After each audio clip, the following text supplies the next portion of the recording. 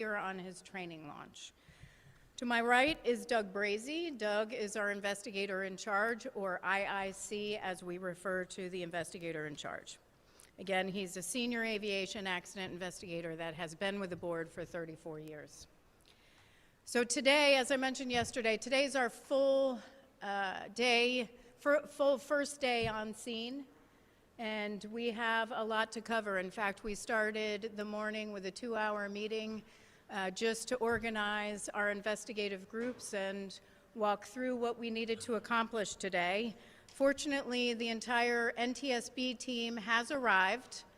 Like I said, yesterday we had significant delays with investigators getting here due to backups of TSA lines, and in fact I understand that this press conference had to move because the lines were actually wrapping around the building.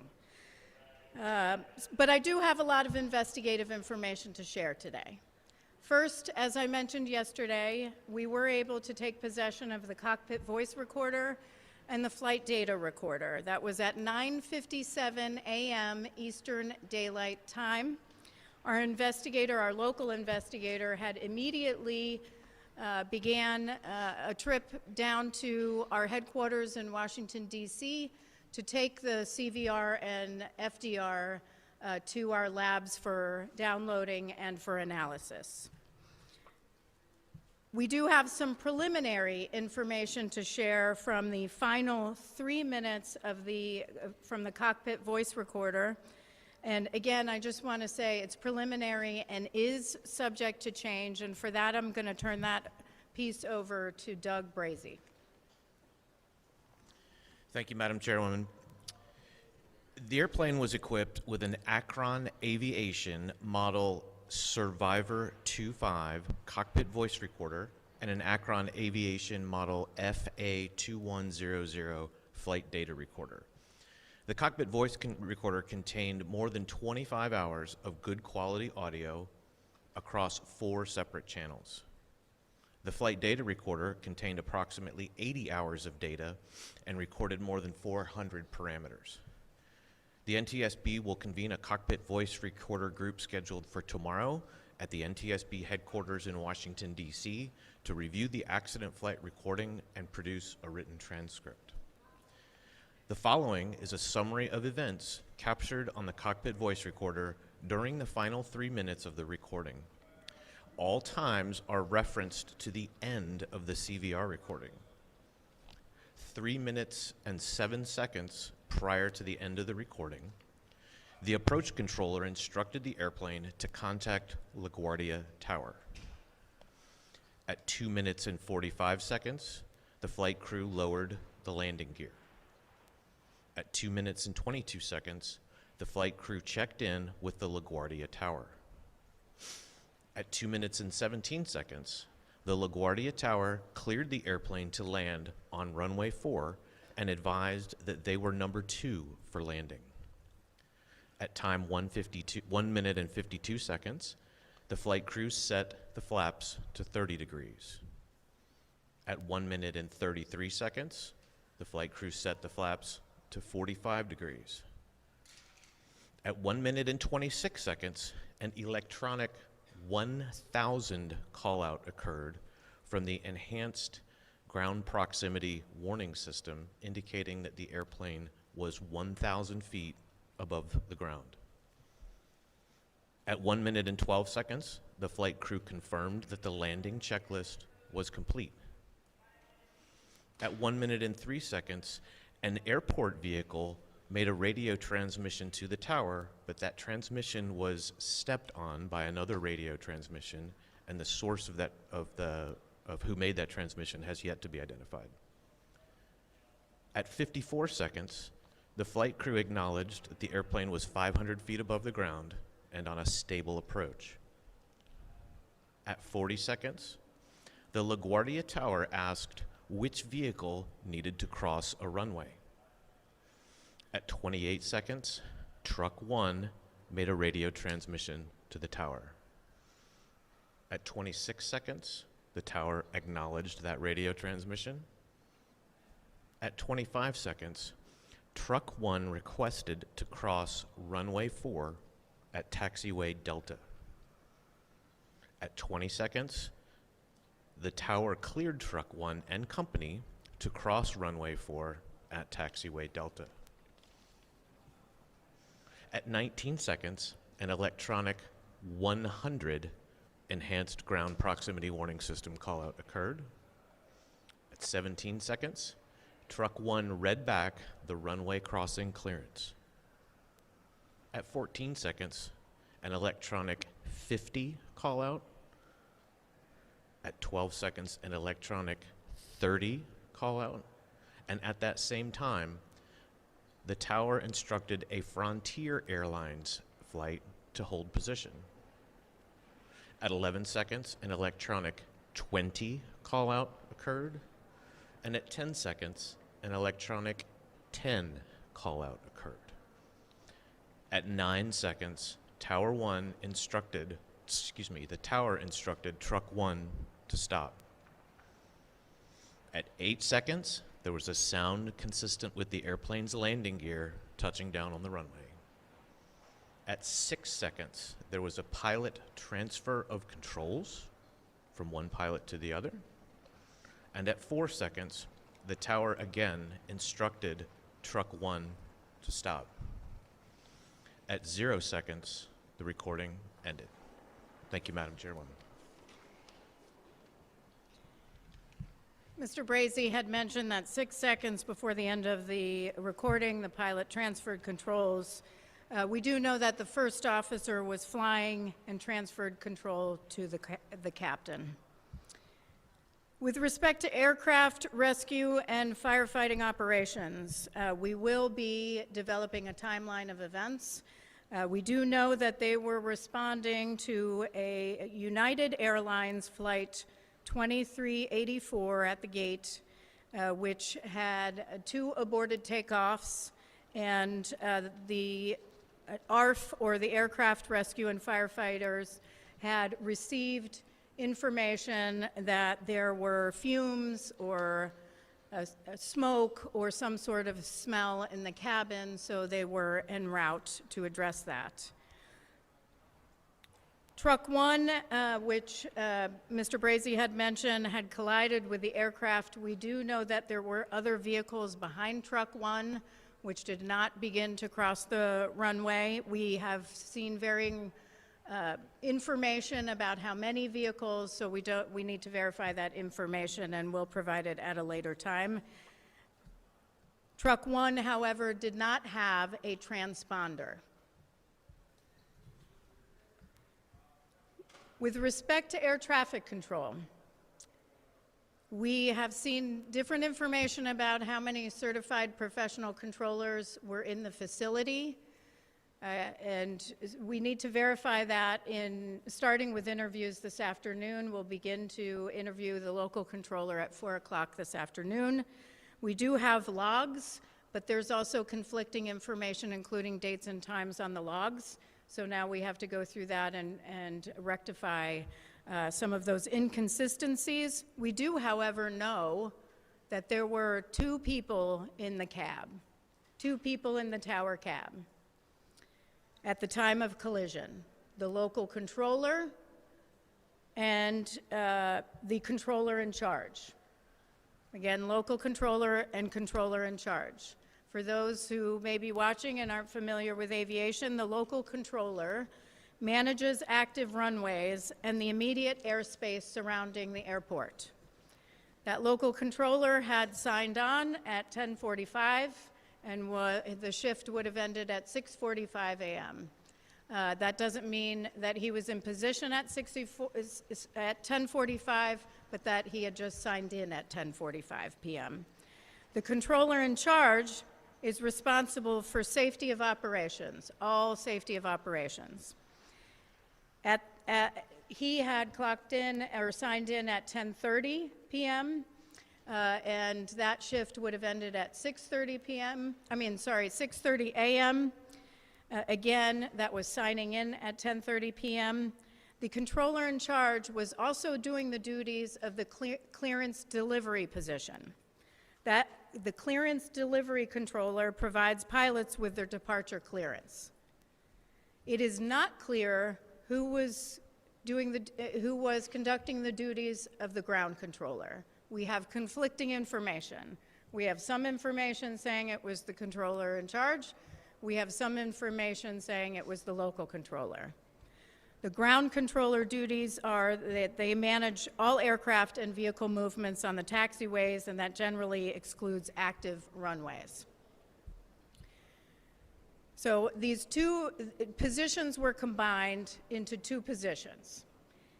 And what we do know is that that is in the standard operating procedures for LaGuardia. It's for the midnight shift. It's also common practice across the national airspace where you would have two controllers in the tower cab during the midnight shift. The midnight shift, as a reminder, is one that we have many times at the NTSB raised concerns about with respect to fatigue. Again, I do not know. We have no indication that was a factor here, but it is a shift that we have been focused on in past investigations. Now, we also know, as I had mentioned yesterday, that LaGuardia has ASDX.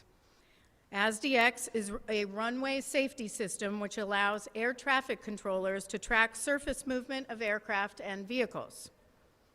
Yesterday I mentioned that we requested from FAA the ASD replay of the event. That is a replay of the display of information that would have been available in the tower cab.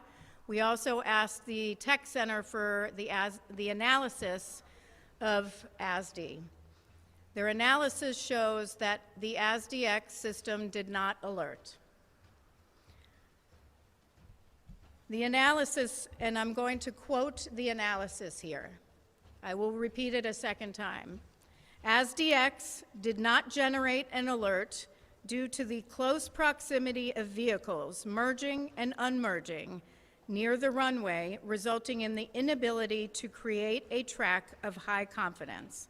Again, the analysis is, quote, ASDX did not generate an alert due to the close proximity of vehicles merging and unmerging near the runway, resulting in the inability to create a track of high confidence. Now, I saw the replay, and there were two targets, so radar, because there's no transponder, you have radar. So two targets with radar returns on taxiway Delta. What it looks like on a replay are two blobs on taxiway Delta. We also don't see any of them go in front of the plane on the runway. We do also know from the replay that the runway status lights were functioning according to the replay, but we still have to verify that with tech ops from the FAA. Now, I do want to address one thing, which is reports of distraction. I have seen a number of reports from press about distraction, whether there was distraction among controllers. Look, I would caution pointing fingers at controllers and saying distraction was involved. This is a heavy workload environment. You had a United Airlines flight. We still have to determine what happened at shift change, which was around 10:30. We have to determine who else was in the tower and the facility and available at the time. We know that controller was still on duty for several minutes afterwards. Normally, they would be relieved. We have questions about that. Was anybody available to relieve that controller? We don't know that yet. We also have questions about what else was occurring, what other traffic they were dealing with at the time.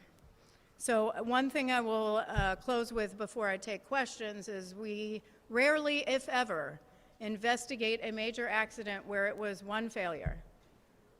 Our aviation system is incredibly safe because there are multiple layers of defense built in to prevent an accident. So when something goes wrong, that means many, many things went wrong. And so here, that's why we're here. We're here to prevent this from reoccurring. prevent this from happening again. And that's going to take some time. So with that, I will take questions. I ask that you raise your hand, state your name and your affiliation.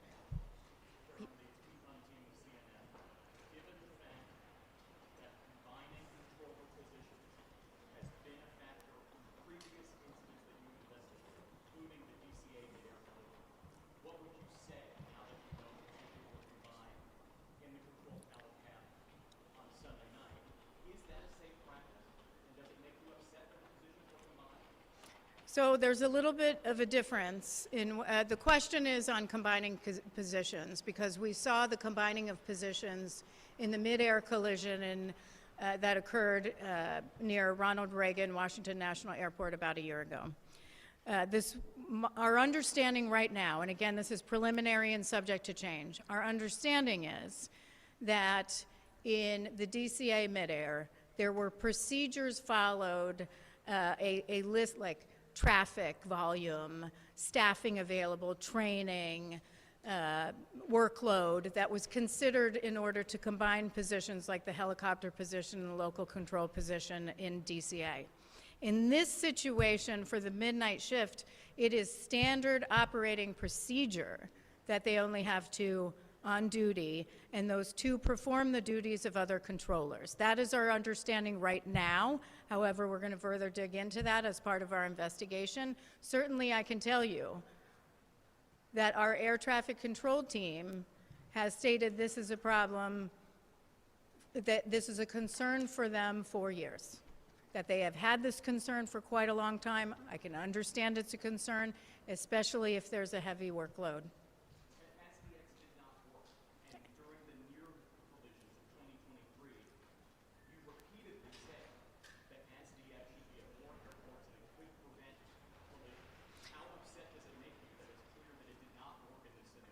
Well, the question is, how upset does it make me that ASDX didn't work? Because we've repeatedly recommended that ASDX work. Well, in order for ASDX to work well, you have to know where ground vehicles and aircraft are.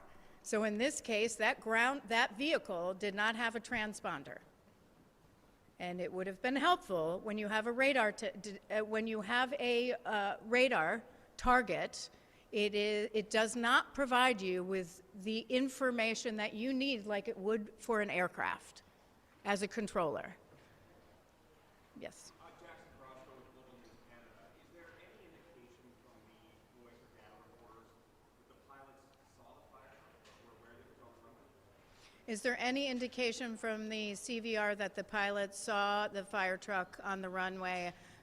I don't have information at this time on that. However, we are doing further analysis on our cockpit voice recorder.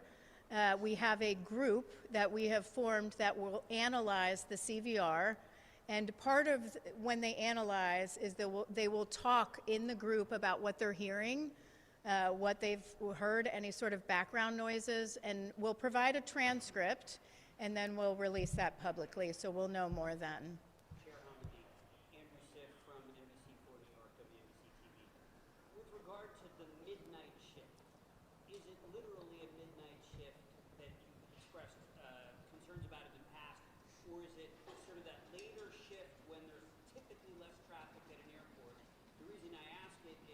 Around this time, late at night on a Sunday night at LaGuardia, there's still lots of arrivals. To that degree, does that raise questions about the protocol and staffing here at this airport? Well, so the question is about the shift, and are we just concerned about that shift in the past, or would there be other shifts, and does it make sense to have two controllers in the cab with such a busy airport, and this be sort of standard operating procedures and common practice across the national airspace? I think I restated it accurately and have now forgotten what you asked me. But on your standard operating procedure, on the standard operating procedures, look, LaGuardia is 900 flights, I believe, per day. That's pretty substantial. It's not the same as other airspace or other airports across the national airspace. That's certainly something we will look at as part of this investigation, how that would that make sense? why would that make sense at LaGuardia? We will, that is part of our analysis in this investigation. And what was the other one? Oh, on the mid-shift, we have identified the mid-shift generally as concern in other investigations, largely due to fatigue, because it spans that time frame at your circadian low during the day when you're most fatigued. Yes.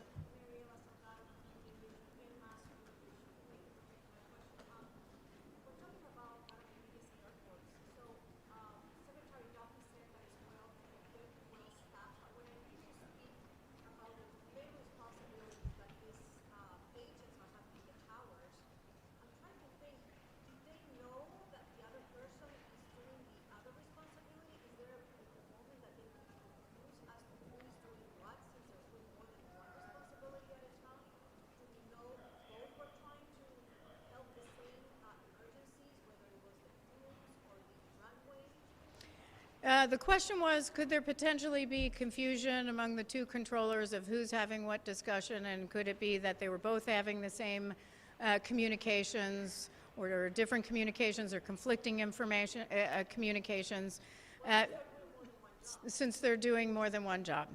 I can't answer that right now, because that's something we have to investigate as part of this accident scenario. Those are the exact types of questions that we'll ask when we interview the controllers, both the two that were in the cab at the time and the other controllers that may have been on duty, either and include previously or after that. One thing I want to do is come back to something that Pete asked about, which is controllers and the information they should have, and ASDX and our past recommendations. Controllers should have all the information and the tools to do their job. All the information they need. We've recommended ASDX, but you have to have information on the ground movements, or, whether that's aircraft or vehicles moving on the airport, in taxiways, on runways. They should have all the information. This is 2026.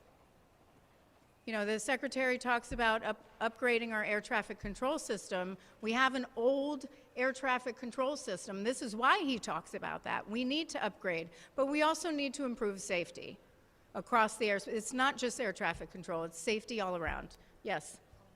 Chairperson, that shows a different news day. I'm wondering, is it common for ground vehicles to have sponsors? And second, what does it mean that a transmission was stepped on? Okay. With respect to transponders, the question is it common for ground vehicles to have transponders? I don't have the latest figures on that. I would suggest speaking with the Federal Aviation Administration on that, or you can contact Eric and we'll get back to you on numbers. Should they? That's something we'll determine as part of our investigation. I will tell you that not having a recommendation, yeah, they should. Even though we don't have a recommendation, air traffic controllers should know what's in, before them, whether it's on airport surface or in the airspace. They should have that information to ensure safety. Now, that's not an NTSB recommendation, so I want to be clear. But it could be. We don't know. And your other question on stepped on, the communication was stepped on, it means it may have been a mic key or some sort of interference or interruption of the transmission.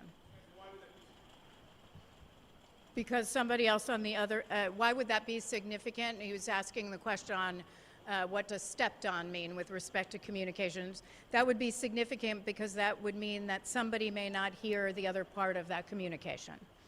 Yes, sir? No. Oh, go ahead. Does the data recorder give any indication that the pilots made any attempt at evasive action? And you're probably asking about the flight data recorder. We don't have information, the download from the flight data recorder yet. That group, I believe, is getting together today to start going through the data. We do have good data, but they're going to start looking at it today, and we'll provide further information down the line. You and then you. Similar to that question, Dave Schwicker, New York Times. Was there any evidence that the truck tried to swerve or brake across the runway? I'm sorry, I didn't hear you. Can I confirm the names of the pilots who passed away? No, I would refer you to the New York City Chief Medical Examiner. We don't confirm any fatalities, injuries, or names. And your other question? With respect to the truck, did the truck turn and brake?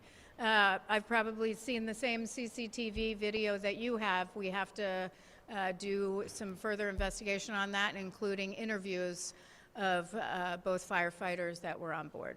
And then right here.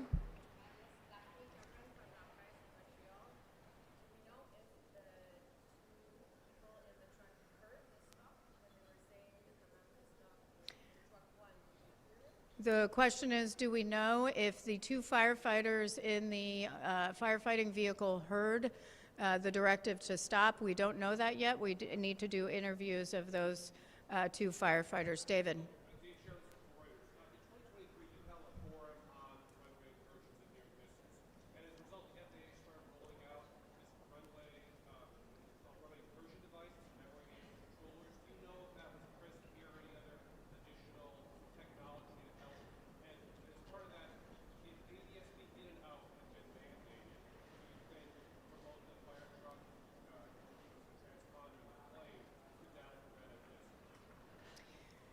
The first question on other technology that would have been available to alert to the controllers, I don't have that to provide at this time. Our investigators have to begin their analysis. Again, this is our first full day on scene, and we're not even through the day, but we will have more information on what types of technology might have been available to them.